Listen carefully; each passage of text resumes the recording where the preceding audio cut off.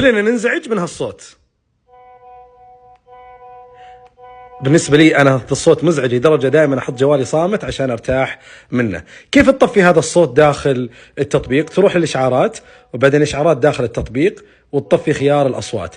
الآن أي رسالة راح تجيك من أي شخص داخل الواتساب ما راح يطلع لك هذا الصوت نهائيا، حتى لو كان جهازك عام مو على الصامت. بصراحة أنا أرتاح منه بشكل جدا كبير، لأن الصوت هذا يزعجني واضطر أحيانا أحط الجوال صامت بسبته.